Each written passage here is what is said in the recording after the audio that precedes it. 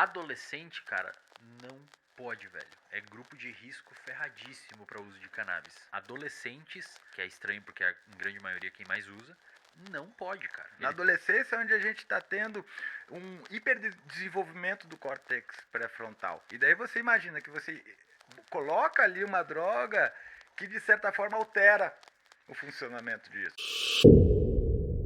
Vamos lá, um cara que fuma 3 baseado por dia ao longo de 5 anos, aí ele para. Aí a gente vai analisar esse cara. Ficam sequelas? Se ele começou a fumar antes dos 18 anos, sim. Uma coisa importante Interessante. aqui toda droga tem grupo de risco.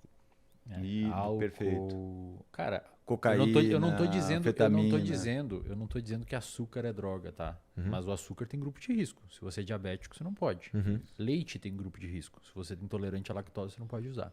Em todas as... Álcool tem grupo de risco. Mas em qualquer fase da vida que você usar álcool, maconha ou qualquer droga, você vai ter déficit. Não é inócuo. Não vai passar pelo seu organismo e sair Batidão, sem né? Vai afetar o teu sistema nervoso se você central. tomar Menor antidepressivo, dose. se você tomar antidepressivo, também tem efeito colateral. Outros medicamentos têm efeito colateral, o fígado sobrecarrega, etc. Uhum.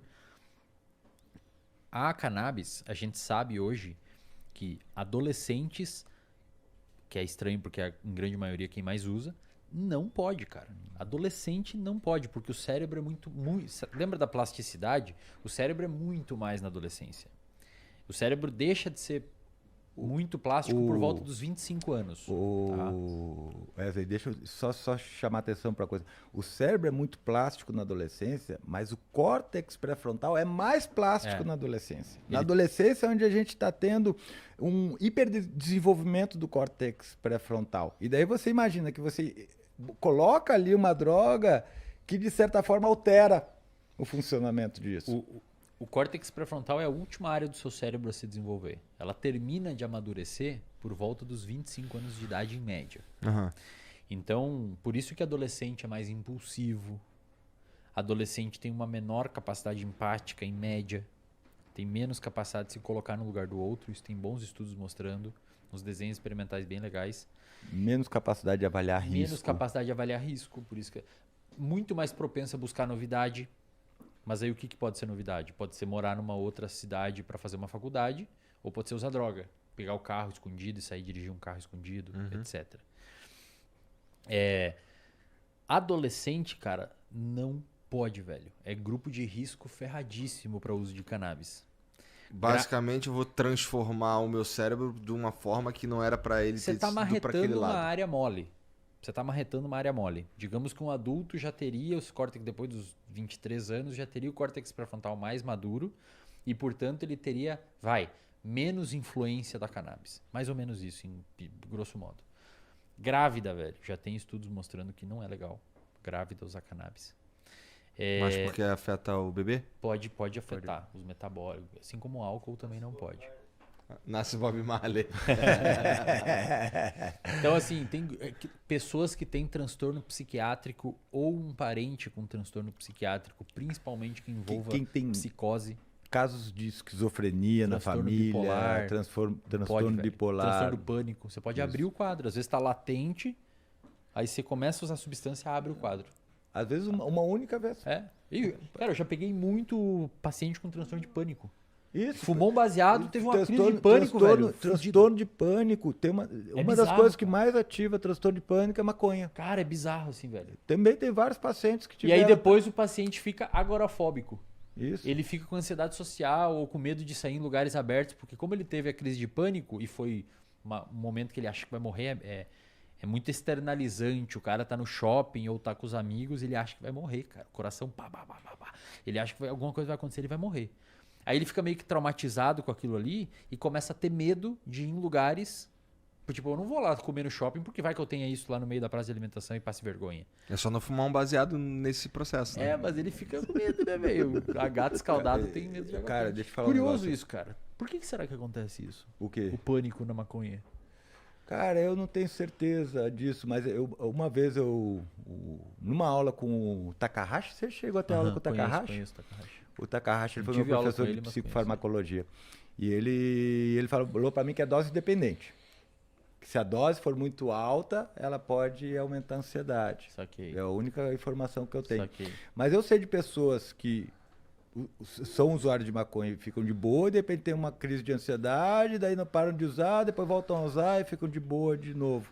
Mas, cara, eu vou te falar, é impressionante a quantidade de pessoas que têm ataque de pânico usando maconha e você vai ver no comentário depois, você vai ver quanto de gente que vai falar disso. Que vai falar disso. Mas existe um cenário em que ela existe a possibilidade, no entanto, dela ser só não ter nenhum efeito perene. Não, efeito vai ter, cara.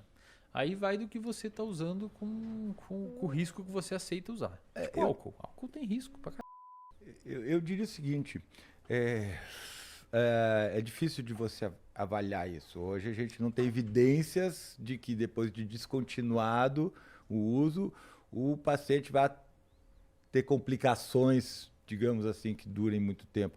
Mas isso pode ser o modelo experimental que a gente está usando, o modelo de pesquisa que a gente está usando para avaliar isso.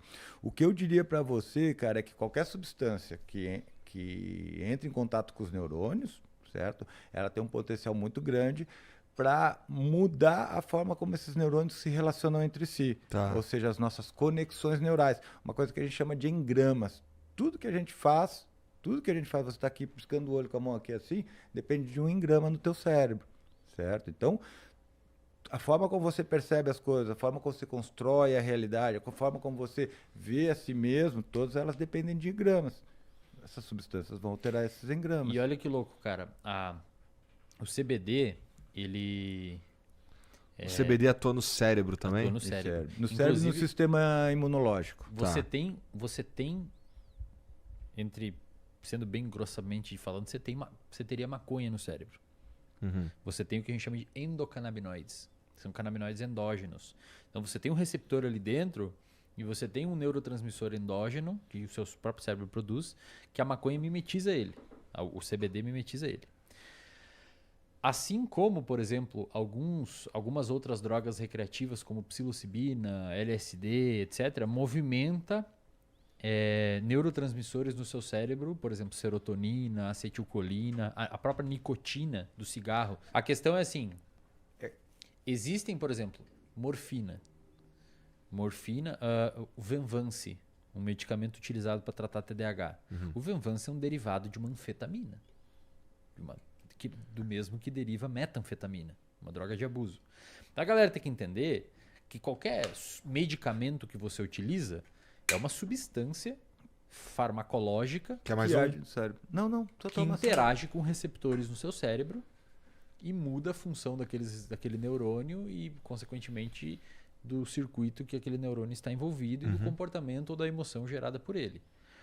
Então, o que é de abuso e o que não é, por exemplo, benzodiazepínico, que é um medicamento usado para tratar ansiedade, por exemplo, ou medicamentos para dormir, tipo Rivotril, eles também causam dependência.